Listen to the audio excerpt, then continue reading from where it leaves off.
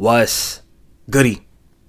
It's your host J Rose as always, and I'm planning on making a full-length video about the OKC Thunder, but I just gotta get this off my chest because the OKC fans have been insufferable since y'all lost. Let's get into it. Alright, so first of all, I just want to talk about the OKC fans and your reactions to that series because I find it kind of odd.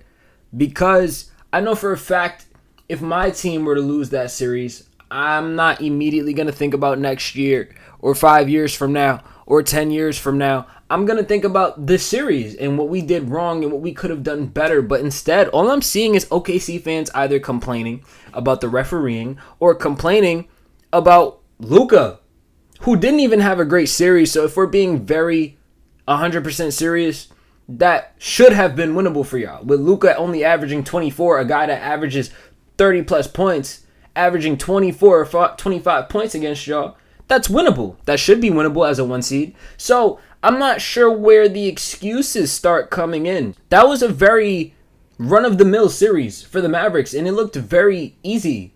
I'm not going to lie. Compared to what I thought it was going to look like, it looked pretty easy. The Thunder did not really look like a challenge. Y'all lost in 6, and it should have been 5. We gave y'all game 4 by missing a ton of free throws and getting super duper cold in the second half, letting y'all come all the way back from a big deficit. And it's not the same like we did in game 6. In game 6, y'all were still scoring when we were down. It was y'all were scoring and going up, and we're kind of trying to follow you there, and then we end up taking the lead. What happened in game 4 was we're up here, and then we just plateau, and then y'all come back and win by the slightest of margins, even with Shea putting on a masterclass. So I'm not sure why it's just excuse after excuse after excuse. And I have to say this too. I feel like this is the most important part. OKC fans, we understand your team is young. We understand Shea's only been to the playoffs twice in his career. Chet is a rookie. J-Dub is a second-year player. Lou Dort's only been to the playoffs twice in his career. We definitely understand that. And we understand that you should be coming back stronger next year, and you should be able to build a really, really good team for years to come. But in the current state of how things are going, in this year's playoffs, y'all lost in 6 games in the second round as the first seed. This year, this season, in this year's playoffs, it's very clear that y'all are a good team, a very good team, but you're not championship ready. Point blank, period. I don't know why we have to have talks about 10 years from now, 5 years from now, 2 years from now, when y'all lost last week. Let's talk about what just happened. Let's reflect on what just happened. I haven't heard one Thunder fan talk about how bad J-Dub played that series or how bad Chet played that series. Why are we talking about refereeing? Why are we talking about this, that, and the third and what y'all can do and what y'all have the potential to do when Chet and J-Dub last week did not play well? Let's put some accountability on your players. Let's try to actually watch the series and see what y'all did wrong and see what y'all could have done better, because you're complaining about free throws while y'all got hella free throws the entire series. The physical defense was clearly too much for y'all. You couldn't hit a shot. The rebounds were not going your way. The loose balls weren't going your way. And you could not stop our role players. There's very, very clear indications as to why y'all lost this series. And for some reason, I haven't heard not one OKC fan actually open up and tell somebody what they could have done better or things that they noticed that they did wrong, mistakes they made. None of that. I'm just seeing complaining and excuses. And I think that's crazy. Also, this is probably my last point. I'm going to keep this video short and sweet. Let's stop talking about the future just for a little bit. Like, seriously, I think y'all need to live in the present.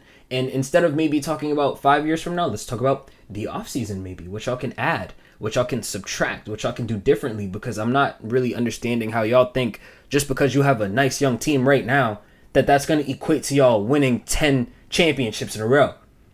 Because you know that doesn't happen. A decade ago, the Thunder had a better team than this. They had Westbrook, KD, and Harden. They have 0 rings to show for that. And I can guarantee you the Thunder fans, back when they played the Heat in 2012, could have swore to you up and down that they were about to go on a championship run and be a dominant team for years to come, and it did not happen. Trae Young and the Hawks, when they made the conference finals a couple years ago, everyone was on that bandwagon. Everyone thought Trae Young and the Hawks were going to be super duper nice for years to come. They're not in the playoffs right now. Let's look at last year, or not last year, 2 years ago. The Sacramento Kings took the champion Warriors to the brink. to the brink in like the first or second round. Everyone thought they were going to come back and be crazy. They're not in the playoffs. We can look at the Grizzlies. The Grizzlies are in a weird circumstance, and I'm sure they're going to be back in the playoffs next year. But that's another young team that we thought were going to make a run, and they're not in the playoffs. The New Orleans Pelicans, another nice young team that we swore was going to make a run, and they were barely in the playoffs, and they got swept. So I'm just saying a lot of things can happen on a year-to-year basis. There's a lot of trades. There's a lot of change of mindset, change of motivation. There's injuries. There's a ton of things that can happen from now to even next season that can completely change the course of how your franchise looks. So let's just live in the moment a little bit. A little bit. Please. Let's please, reflect just a bit before we start talking about what the next 5 years are going to look like for y'all. Thank you. I'll catch you on the next one. What are we talking about, OKC fans? What are we talking about?